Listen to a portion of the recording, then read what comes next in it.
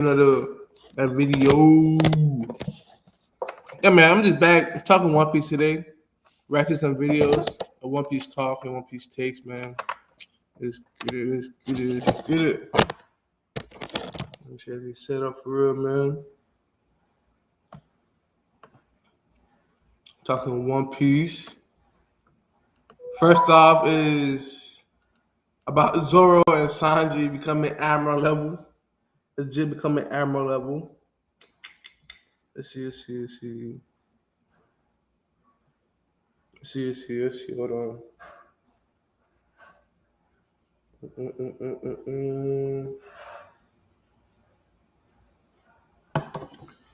I pay this person shit. I'm gonna put it in live, and I'm paying 1,000. Oh, you back quick. Thank you, pressure. Yeah. What I do.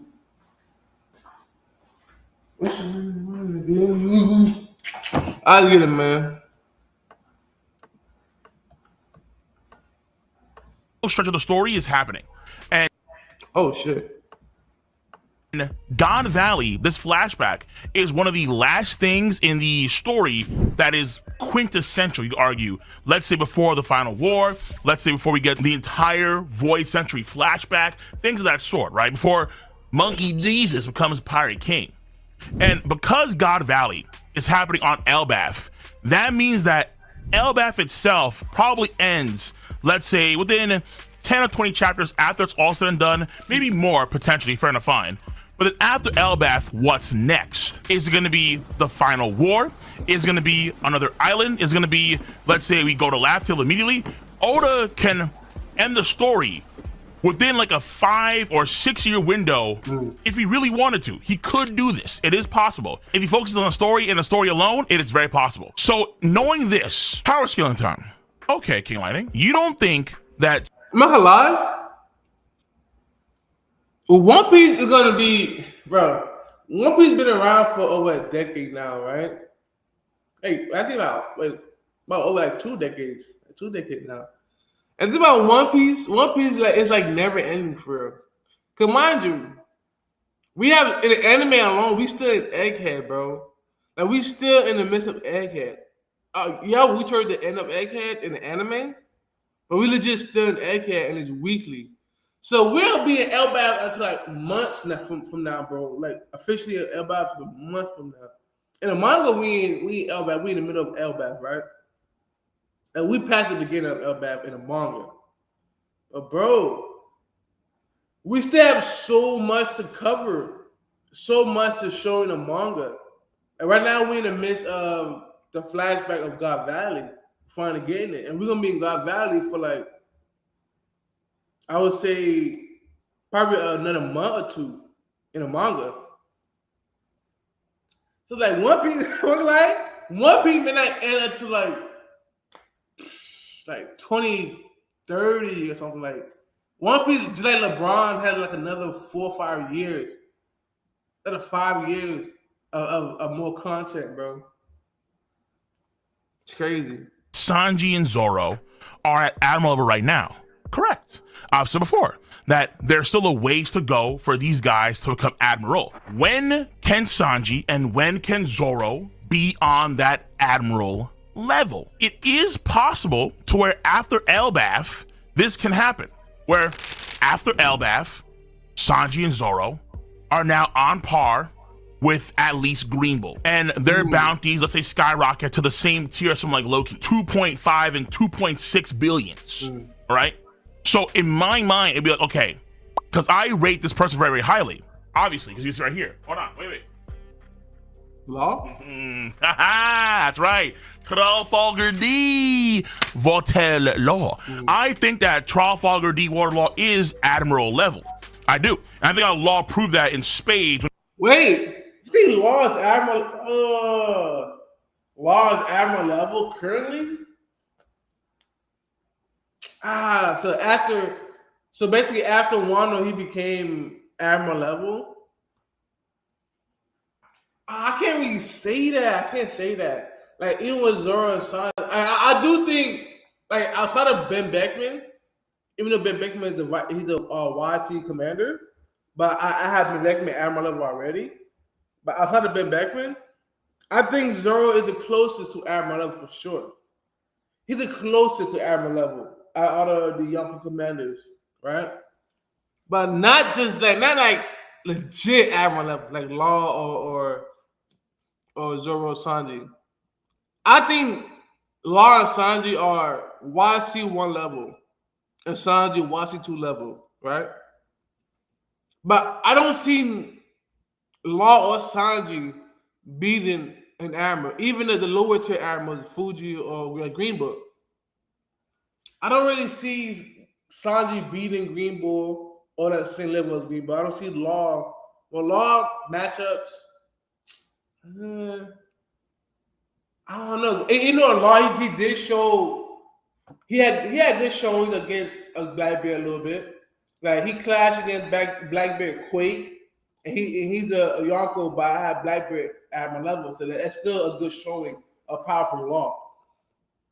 And he damaged Blackbeard, right? I mean, a lot of people, that's the thing too. A lot of people have Blackbeard on a high pedestal. That's why they like Law can get upscale from that. Because boom, he damaged this Yonko level character who's top 5 in the verse. People have him top 5 in the verse, like which I don't. Oh my God, Law he clashed against Blackbeard's Quake. That's the thing, because people look at it different. Some people look at Blackbeard top 3 in the verse, top 5 in the verse, Yonko level. Me personally, I have Blackbeard Admiral level. Me personally, but going back to Sanji and Zoro, right? And Law, I don't have them Admiral level. Not yet. Zoro, I think after this arc, because each arc, they get stronger, but we gotta see it. We gotta see some feet. We gotta see some power. You can automatically put them Admiral level just off of the narrative. We gotta see it, bro. We gotta see it.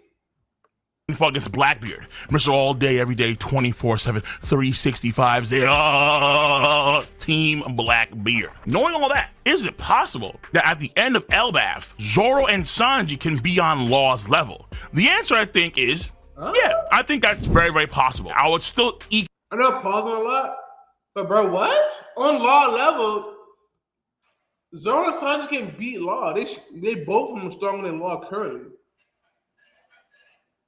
What you mean on Law level? Like Law is just strong. Like, man, he probably one of the people who think Law and Kid is stronger than Zoro and Sanji.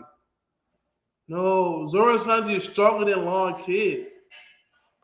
Kizaru over Zoro and Sanji come in Elbaf. Will I do the same thing for Fujitora and for Green Bull? It depends what exactly is going on there for Sanji and Zoro's power-ups in the future. Because the thing here is this. We saw Wano Country what Oda did. Oda gave a cornucopia of buffs to the Monster Trio. Luffy, I think, got like he got 3 distinct power-ups. He had the Rio Haki, and then he actually skipped a step, and his does internal organ damage. So it's kind of like 1.5 or even 2 buffs in one. Then he got the Conqueror's Haki Infusion. Then he had the Gear 5 Awakening, and that one buff opens up a whole new paradigm of power for Monkey Jesus. Sanji got a few buffs, where Sanji got the Raid Suit, but then he lost the Raid Suit, so it was a nerf. But then in place of that, he had the German Body Awakening, where he got much stronger physical body, like up to the degree. Then he has regeneration factor, and he has an exoskeleton on top of all of that. And then also he got the Ifrit Jambe. So Sanji got quite a few buffs there. Then you have Roronoa Zoro, who got the Firefox style. He got that buff. Then he got Enma, and then from there.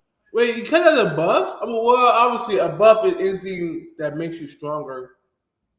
Obviously, being able to cut fire is a great ability. I mean, yeah, you cut out the buff. You can cut that. We have the Conqueror's Haki Infusion.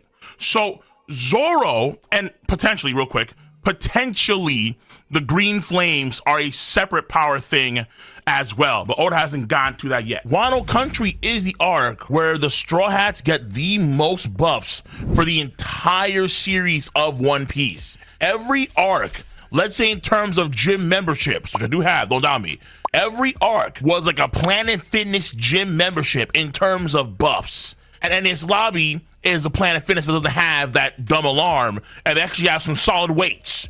A lot of weights, thank God. And the time skip is Planet Fitness, the Black Card membership. But Wano Country ain't even Planet Fitness. Wano Country is Equinox, my boys. So you're not paying. And think about it, yeah, overall, do the strides get, I mean, it gets stronger, but it's really the big three. It's really the monster trio that legit get buffed or legit get stronger physically after each arc. It's really the monster trio. You know what I mean? Like the other characters in the Straw Hat don't really get legit stronger after each arc. Like in Wano, yo, we got Robin. We finally seen a new form of Robin, a new ability, a new power from Robin, her demon form in Wano, right? And that obviously made her stronger by having that in her arsenal. Boom. But what about everybody else? Nobody else has shown a new ability or like legit power. Like Usopp. Usopp, he don't get strong. He has hockey. He has observation hockey. But it's not like each arc is getting better and better. No, it doesn't. It doesn't. With Chopper pretty much the same. Nami, the same. I mean, she got Zeus back. in Wano, and both of them formed a partnership with each other. Who else? Jinbei, the same. Who else? Frankie pretty much the same. All the same tech and everything. Like it really is a monster trio who get buffs each arc.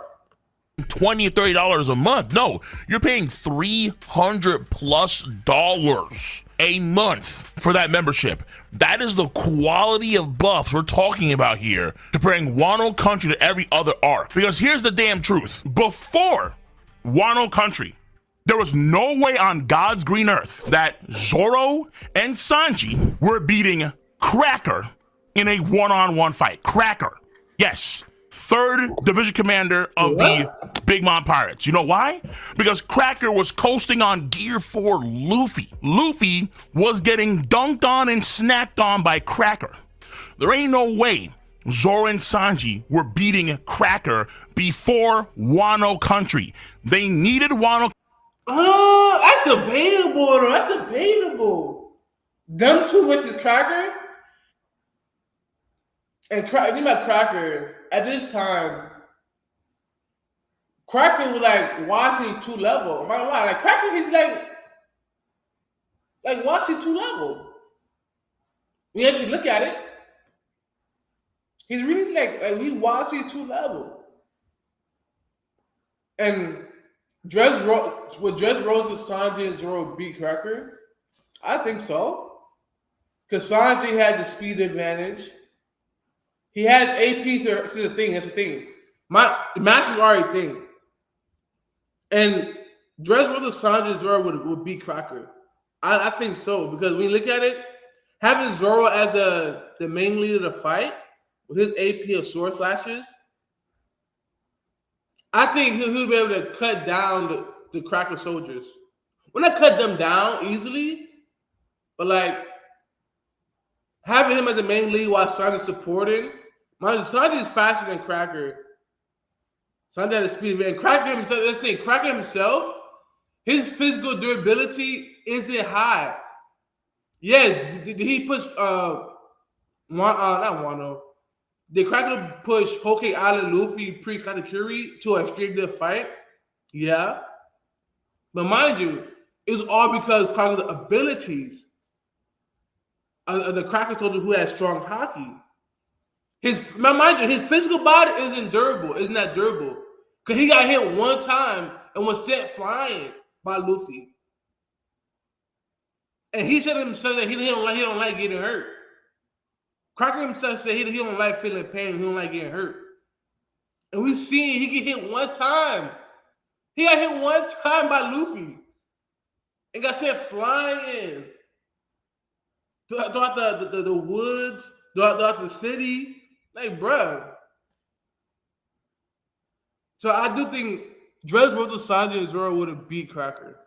Country to go from pre-Yonko commander level, around like senior officer-ish levels, to high-end Yonko commander levels. That's jumping several tiers in one arc. So I'll say right now they're both stronger than King the Wildfire and Marco right now. And I would argue that they're actually on the same tier as Katakuri. I rate Katakuri really highly. That's just me. I rate Katakuri like a step above and beyond most of the first division emperor commanders in the story, with the exception of obviously Ben Beckman. So Oda has shown where he can in an arc give huge power creeps, not even power creeps, power lunges, power leaps for characters, main characters in arcs. And the same thing is possible. It's possible.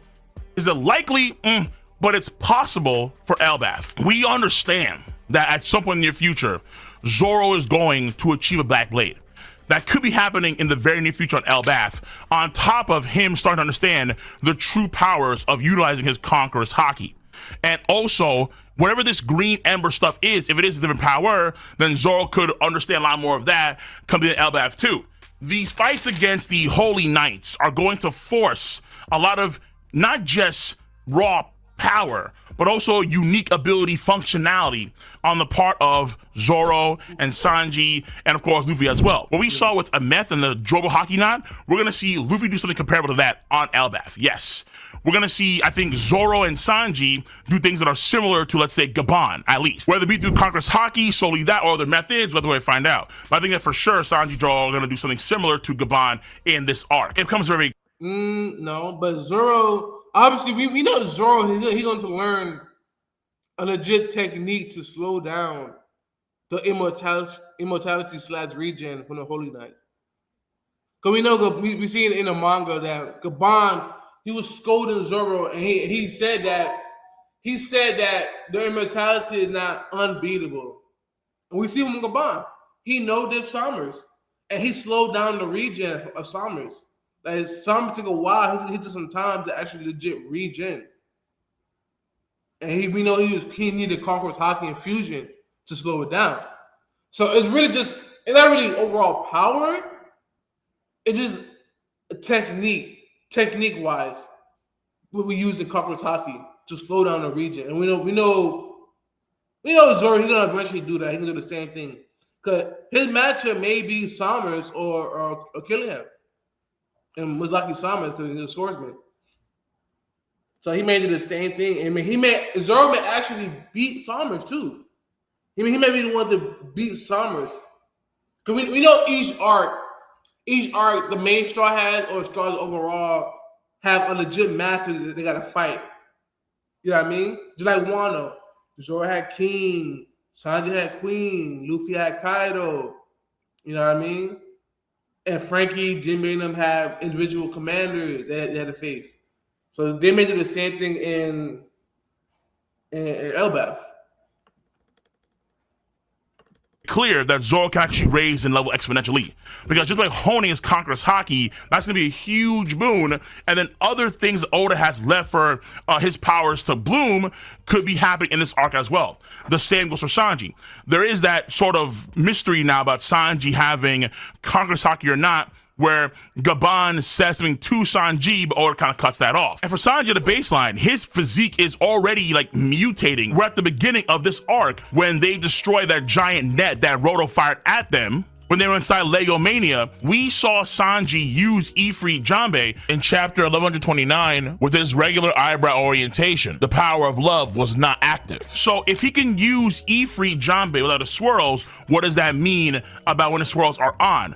His physique is being amplified and getting stronger and stronger by the day, which means what? Hotter temperatures. Sanji's already brutally hot flames can continue to develop and get even hotter and hotter as the story goes on. It's gonna go double and triple if there's even more unique mysteries about Sanji's physique that Oda hasn't dove into just yet. And keep in mind, very important here, that both Zoro and Sanji have affinities for Haki. Even when Zoro does enhance his Conqueror's Haki, keep in mind that his affinity is armament Haki. And whatever mystery is going on with Sanji, when Oda reveals that, keep in mind that his affinity for Haki is observation haki, like the pedal of Gaban, be able to like sense things that are happening that no one else can sense. Sanji will be able to do that in the future, whether it be in the near future or in the distant future. Again, Oda can do a lot here. If we go back to the past abilities that we've seen so far in the story for both these haki types, it's very possible where in this arc, Sanji actually starts to activate his future sight in the same vein as someone like Katakuri. Zoro can get a sense of the Rio haki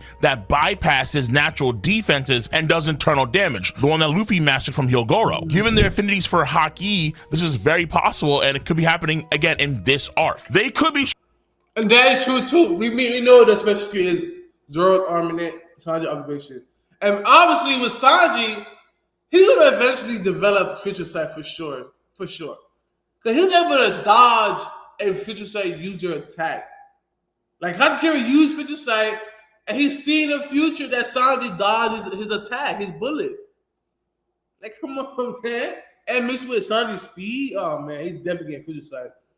With Zoro getting Ryu, I mean, we know Confident Fusion is stronger than Ryu, per shown by Luffy. Luffy, he used Ryu against Kaido. Was it doing damage? Like, was it doing some pain and damage on Kaido? Yeah, it hurt Kaido, but not as much as Confident Fusion.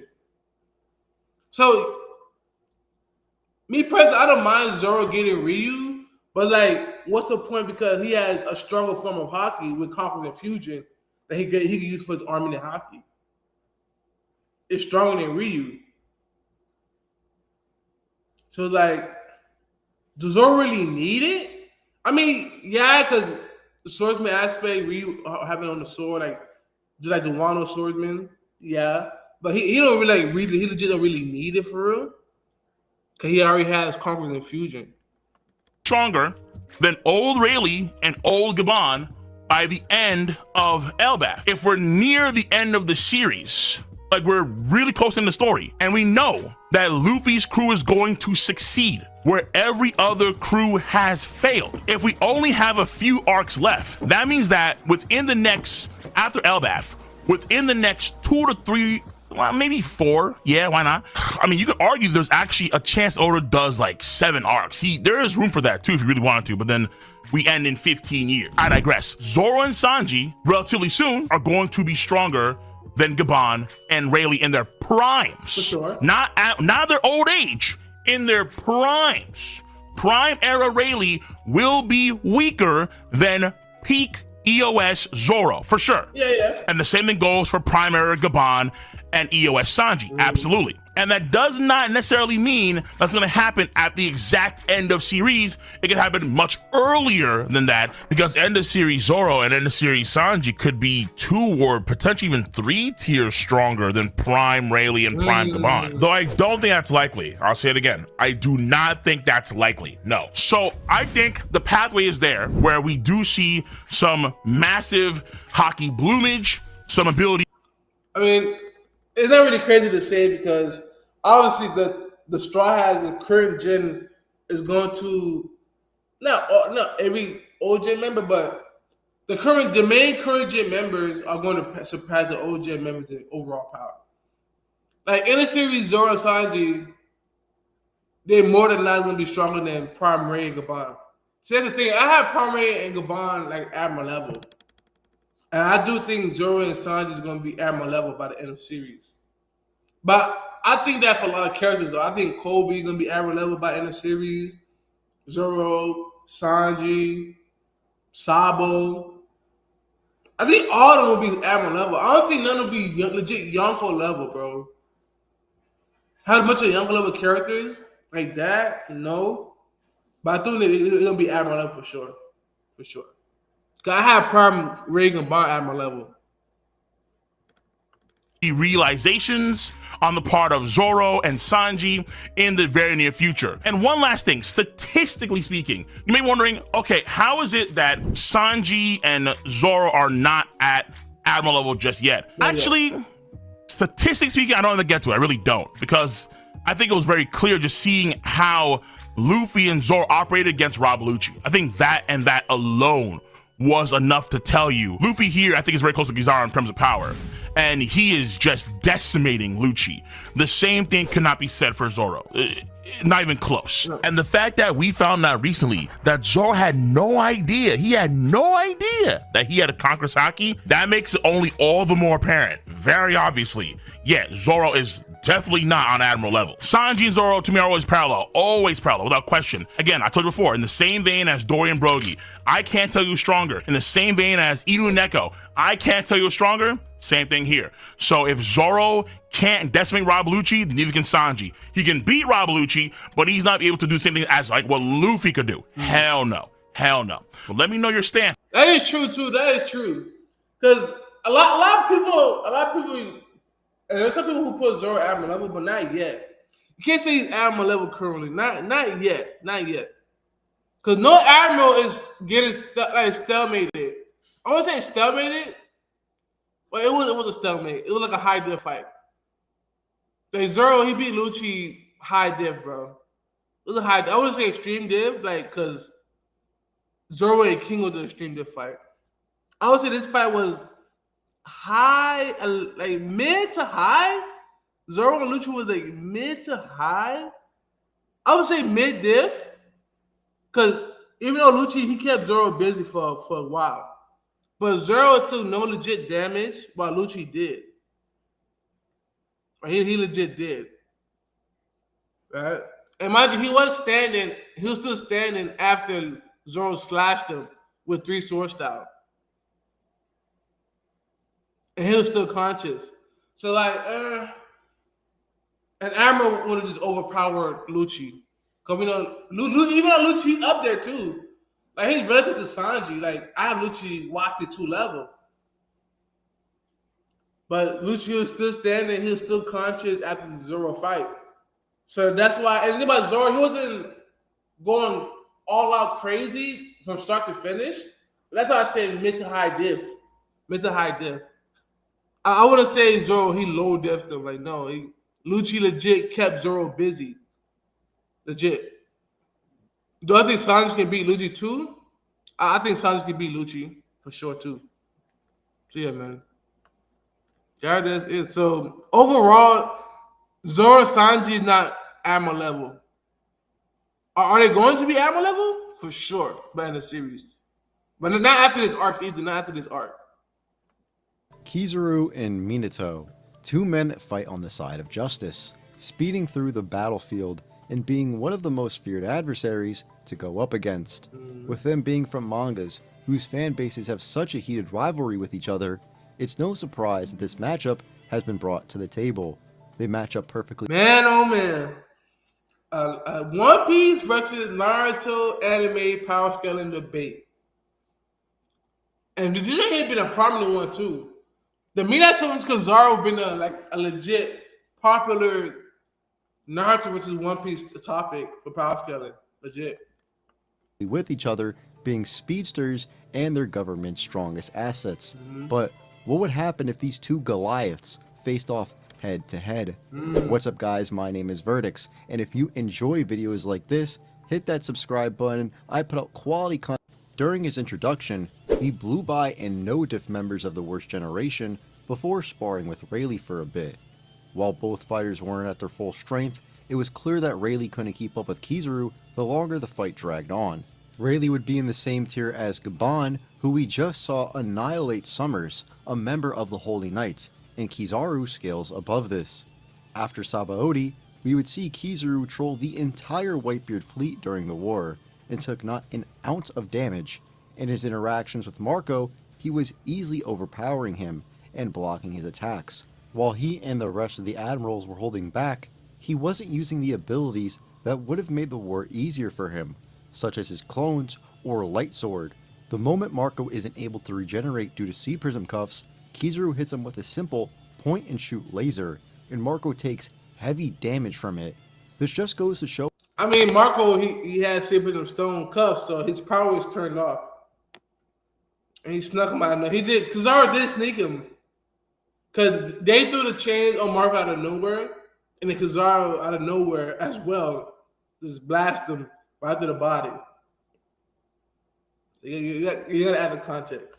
How lethal these lasers can be when his opponents aren't regenerating, as Whitebeard also suffers heavy injuries from these lasers after his short fight with Kizaru.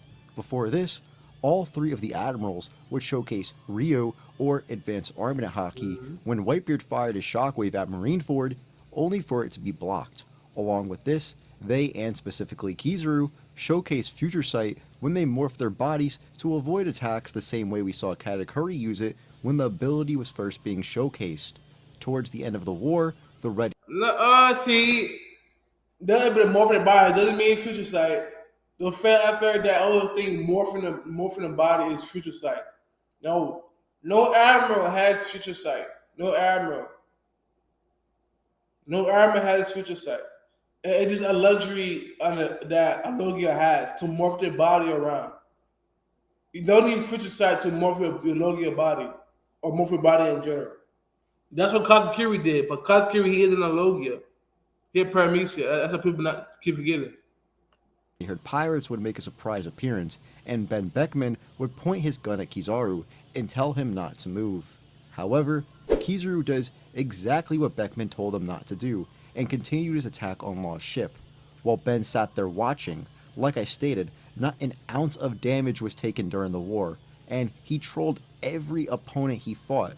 Post-time skip, he would confidently offer his assistance to go take down the alliance between Kaido and Big Mom, and while Akainu denied this, it was only because he and the other Marine soldiers would be going into unknown territory with no knowledge of their numbers and abilities. I know. Come on now. You can't even use that to say, like, come on now. A lot of people thought he was going to just walk into Wano and just beat Kaido and Big Mom and the Straw Hats and the Beast Pirate. Like, no. No, he wasn't. He asked a question, should I go there? Should I go there? Asking a question doesn't mean it is related to his overall power. It doesn't. During the events of Egghead, Kizaru would be more nerfed than ever during his fight with Luffy due to the mission to kill Vegapunk. However, he still displayed great AP feats when he one-shot Snake Man Luffy and sent him flying across the island. In the previous arc, Luffy fought Kaido in a weaker version of Snake Man, and it still took Kaido several attacks to put him down. Meanwhile, Kizaru is one-shotting a stronger version of that same Snake Man.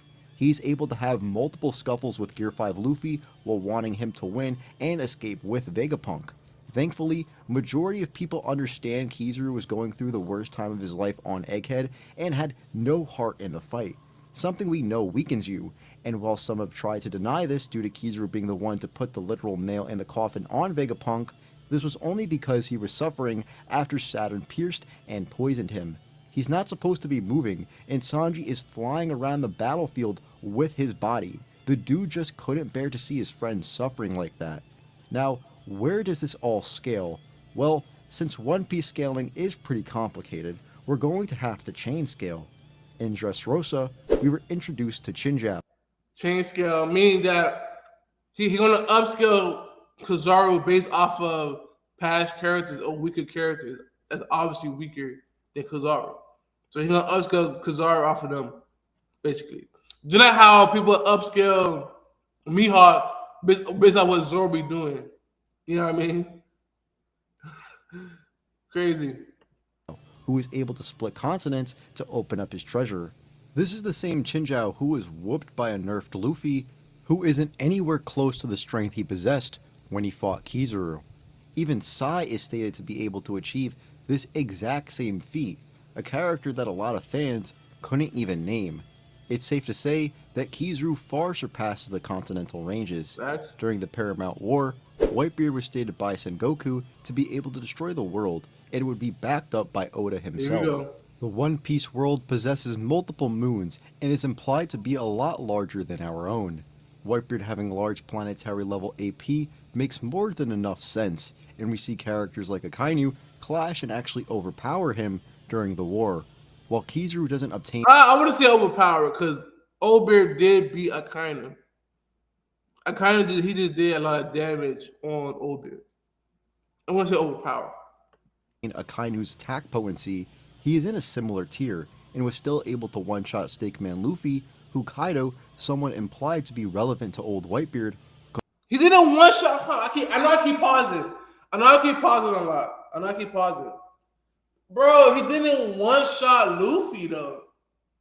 He said him flying away, but it wasn't a one shot. Like Luffy wasn't down for a period of time. It wasn't a one shot. He keeps saying he one shot Luffy like it. He actually did. He did it. Couldn't do. Even after defeating Kaido, Luffy was still sweating when feeling Kizaru's presence, stating someone very strong is coming.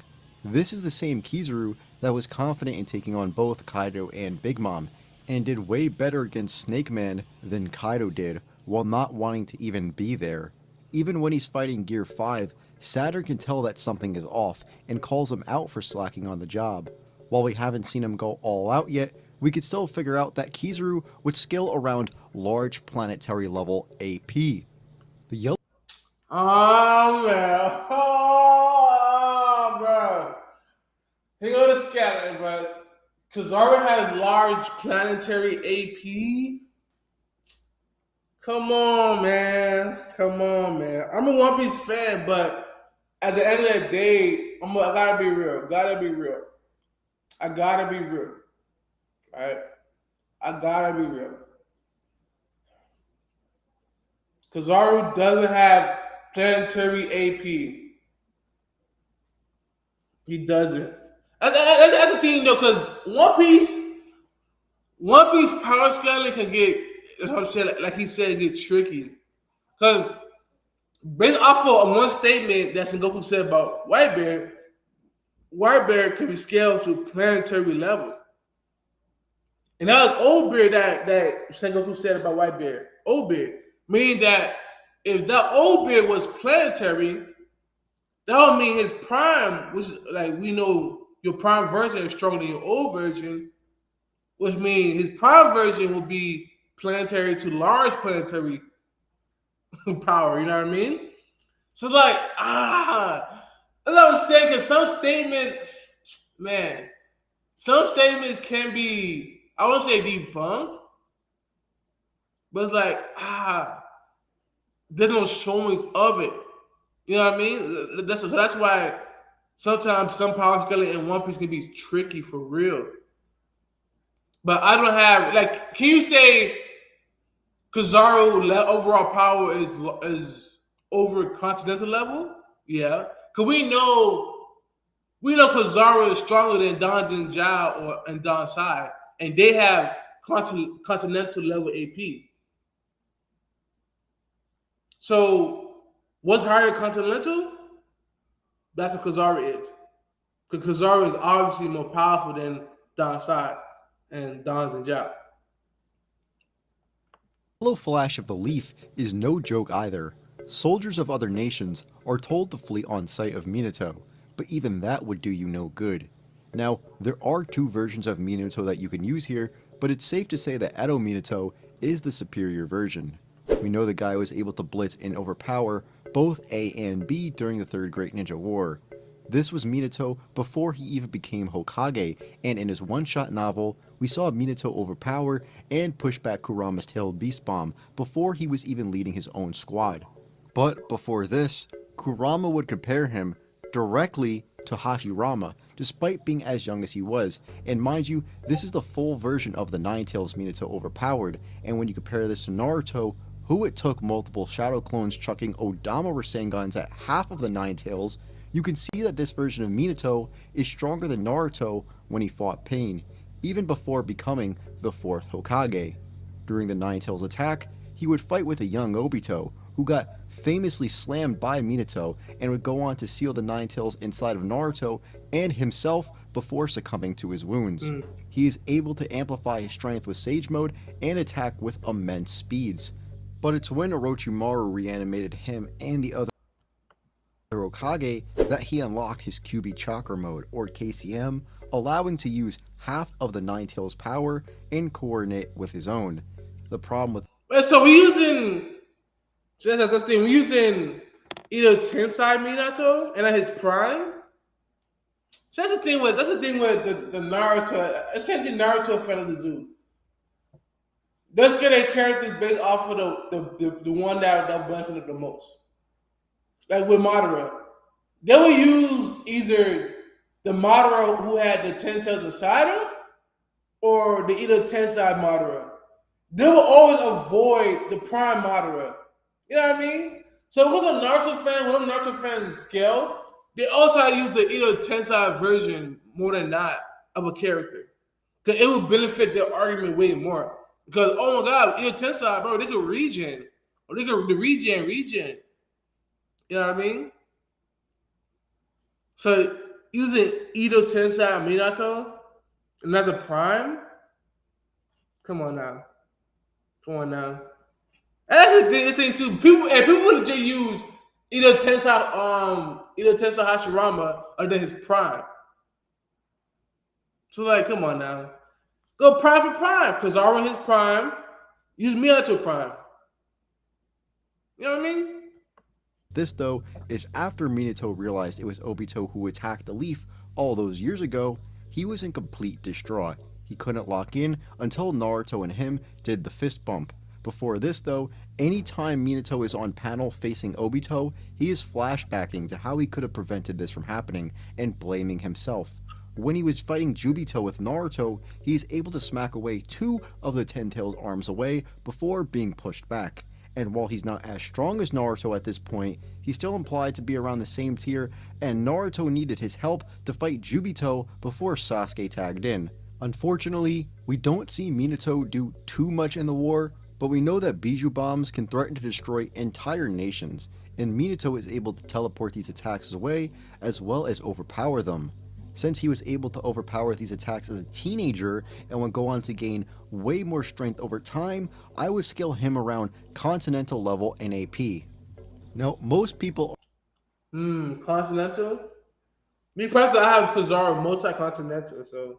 And the AP... But the thing about it, that's not AP, though. That is the AP. Neutralizing a Bijou bomb by making it phase through the mountain, I want to say that's AP. It's not really AP. And pushing away a giant arm, that's not really AP either. So how do you get all that to continental level of AP? What? And since they're using Edo Tensai Minato, and that version of Minato had half of Karma power in him, and he gonna morph into the giant form of Kurama. But think about it, what the Bijou Bomb AP, I mean, but mind you, it's a 1v1. Even though we scaling both characters on each stat, but it's a 1v1. And Kizaru, he's faster than Minato. Meaning that Kizaru, he's faster than a lot. He's FTL. He can easily dodge Bijou bombs. The same Bijou bomb that needs time to charge up. Legit. The Bijou bomb legit needs time to charge up to attack. While Kizaru, he can legit spam light beams. Just spam light beams. Just saying, bro. Now, this is how people always get construed of debating, bro. Look at the 1v1 matchup. Look at the 1v1 matchup, and look at how both characters would match up against each other of each stat. You know what I mean? Who's faster? Who has better AP? More durable? This person has regen. You know what I mean? Are excited to see who can hit harder, but this is one of these matchups that their speed is more prevalent than their strength. For Kizaru, we saw light speed achieved by pre-time skip Zoro back in Thriller Bark during his fight with Kuma, in which Kuma fired his pad cannons stated to move at light speed, yet Zoro was able to dodge multiple of these attacks and go on to gain much more speed as the series went on. At the start of the time skip, Luffy easily dodged the Pacifista's light speed lasers and called them too slow. FTL speeds are pretty common even all the way back at the time skip. This will all get back to Kizaru, so don't worry, but we Yeah. do know that Luffy, when fighting Doflamingo, needed to resort to Gear 4 to fight him, in which even then, Doflamingo could still avoid a few of these attacks, although Luffy definitely had the speed advantage. Afterwards, he would run into Katakuri on Whole Cake Island, who was a constant issue for Luffy to hit until he unlocked both Snake Man and Future Sight. Once this happened, I still believe Katakuri had a slight speed advantage, although Luffy could still keep up and react to his attacks. Following this, Luffy would then fight Kaido several times on Wano, where he got annihilated in their first interaction. After going through heavy training arcs, Luffy is then able to not just keep up with, but outspeed Kaido on several occasions himself before defeating him.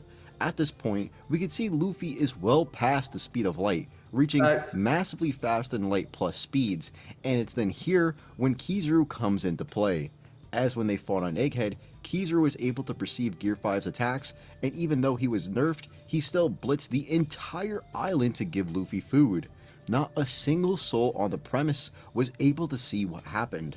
That's just You know what I'm saying? Because Kizaru speaking, he get upscale like, bro, pre-time skip Straw Hats without them light beam, well, not light beam, but light speed attacks. And we know Kizaru, he clears pre-time skip Straw Hats and clears post time skip Luffy, like fresh off the time skip. He clears them, so obviously Kizaru get upscale from those characters and their feats. Because Kizaru is way faster than that. Kizaru FTL plus, and he's not capped at light speed. Like Kizaru isn't capped at light speed because he's a light man. He has the light fruit.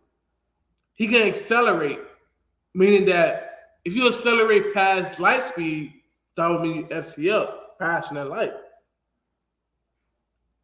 And then by Kizaru, he has way more speed feeds and speed upscale than Minato. how fast Kizaru moved here, and it goes really unnoticed at times. It was made clear that Kizaru is still faster than Luffy, who coming into Egghead was already MFTL+. It's safe to say that Kizaru joins him in this department and is the fastest character we have seen in the series. Minato is most definitely the fastest non-Six Paths character. We know that he was able to blitz A and B as a Jonin. A is able to move almost at the speed of light, as stated in the data book. Years down the line, Naruto would achieve the exact same feat and be compared directly to Minato. After training over the years to become the 4th Hokage, he would be able to not only use Body Flicker faster than Tobirama, but Flying Thunder God as well. Some people have argued against Tobirama's own word, but I personally agree with it, as even though Tobirama's clone was able to react to the Truth-Seeking Orb faster than Minato did, this was only due to him dealing with the mental conflict in his head nerfing him, and the fact that Obito attached the Truth-Seeking Orb to Minato, and Tobirama was able to mark Obito earlier in the fight, and use FTG with a clone. When 8th Gate Guy was fighting Madara, But mind you, that's the thing. A lot of people in the Naruto verse, even when they know he's teleporting and he's using teleportation jutsu, they in their verse they still correlate that to speed. You know what I mean? They still correlate Minato teleporting as his speed, while Minato himself he don't physically move that fast as his teleportation. He don't physically move at that fast like Kizaru. He doesn't. He has to teleport. He has to have marked kunais to teleport around. And mind you, we know Minato, he used them, he throw them around places and be able to teleport. And we know he can mark a lot of things. He can keep marking people or objects or places in general to teleport in an instant. You know what I mean? So it's really just teleporting. Just like how with Goku. Like, obviously, I'm not comparing Minato to Goku's speed, but I'm just saying, like, Goku, he can teleport with instant transmission, right? But that isn't his actual physical speed. Obviously, he can still move fast, just as fast as the teleporting. But I'm just saying that its transmission alone is its actual physical speed. You know what I mean? We saw Minato teleport in front of his truth-seeking orbs and Guy before teleporting back out of the way. This is the same guy that was moving so fast that he could bend space, yet Minato is able to move in and out of his way in an instant. We know that Minato was able to react to a relativistic A as a Jonin and would have years to gain more speed and learn new abilities such as Sage Mode and QB Chakra Mode. It's safe to say that with these abilities, he can surpass the likes of Light Speed, being an FTL being. No. He is most definitely the See? You're gonna say that. What manga panels are showing that he have to be FTL? To be FTL? He doesn't know the manga panel or showing of that. Obviously, he got stronger from when he faced off against B and the Raikage. But I would cap Minato at light speed. I would cap him at light speed. Because they don't have a lot of light panel or light speed panels in Naruto. A lot of people love using Kid Naruto and Kid Sasuke facing off against Haku Eyes and stuff. But no, they're not light speed. It isn't. I want to say Minato is FTL. He's capped at light speed.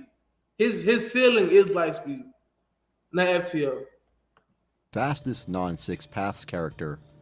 For the last section, we have both durability and endurance, a stat that Kizaru is very underrated in. During his fight with Luffy, he was able to block all of Snake Man's attacks with ease and tank multiple Gear 5 attacks.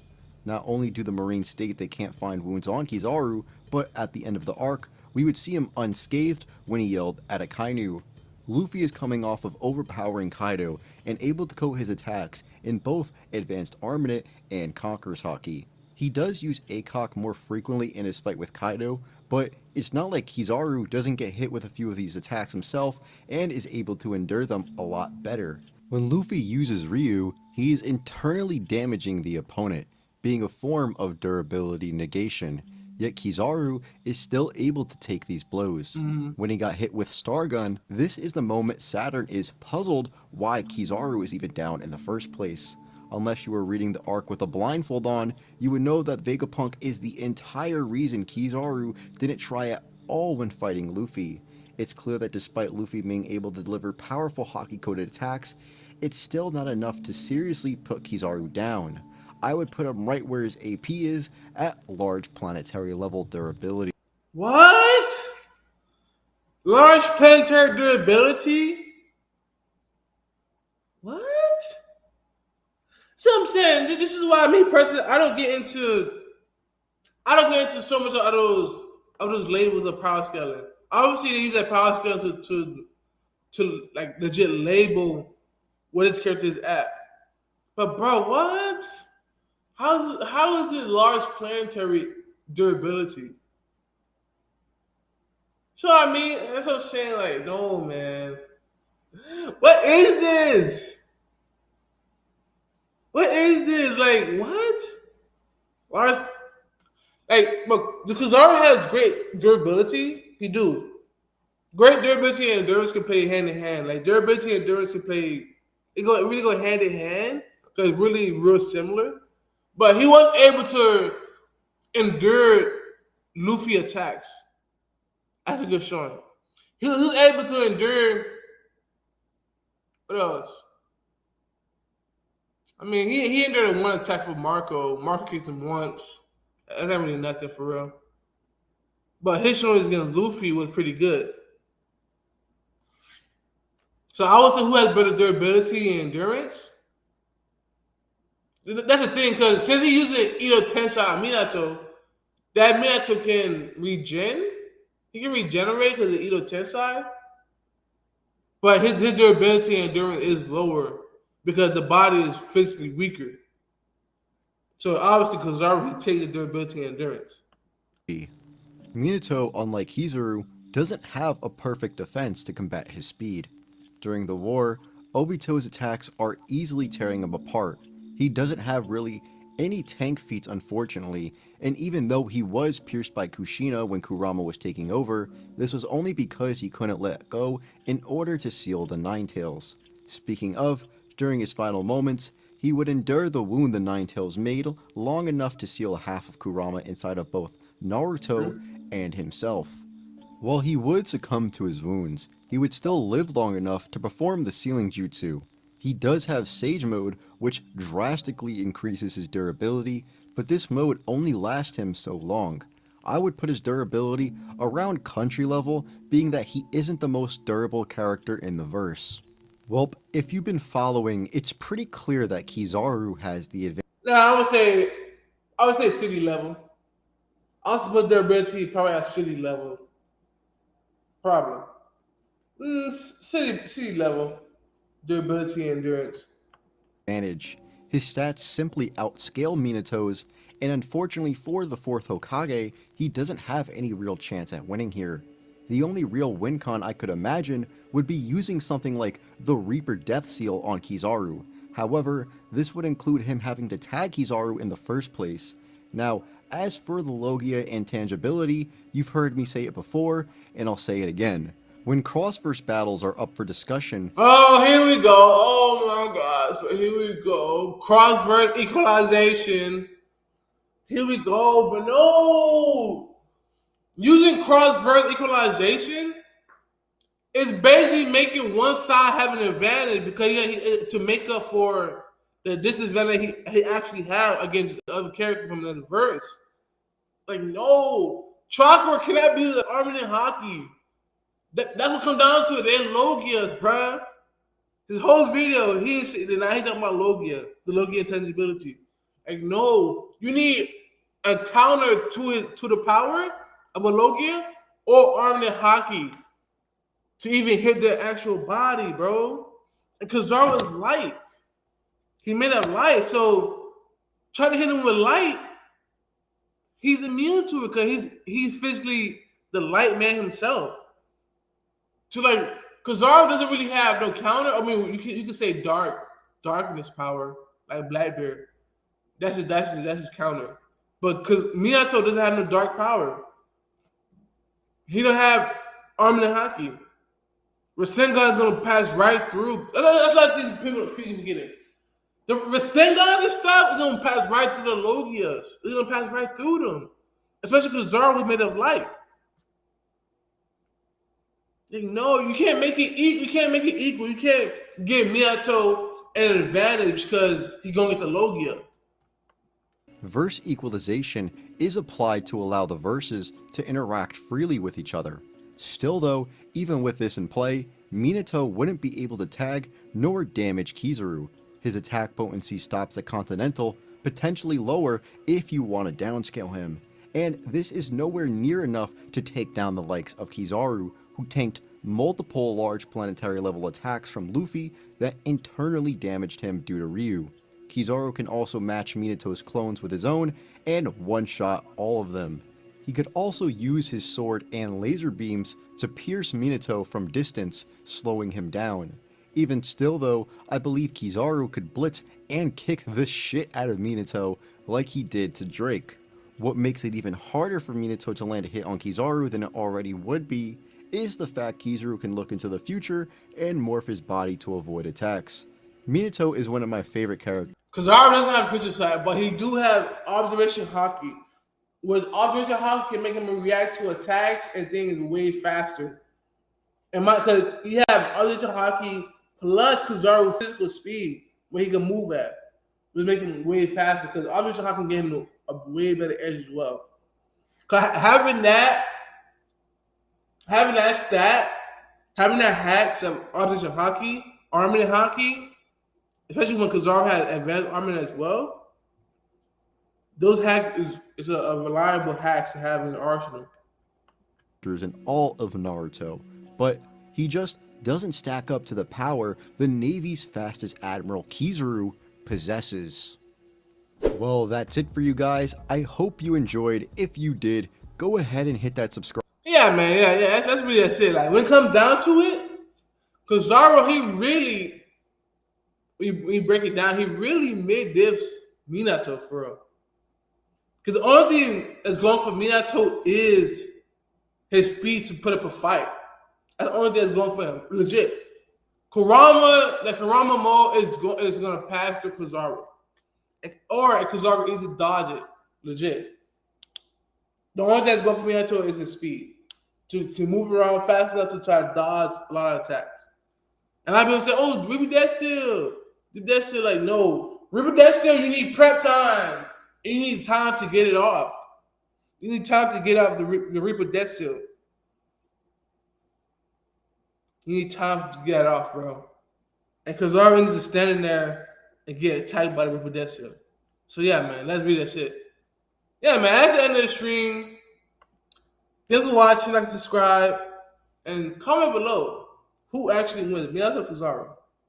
Yeah, man.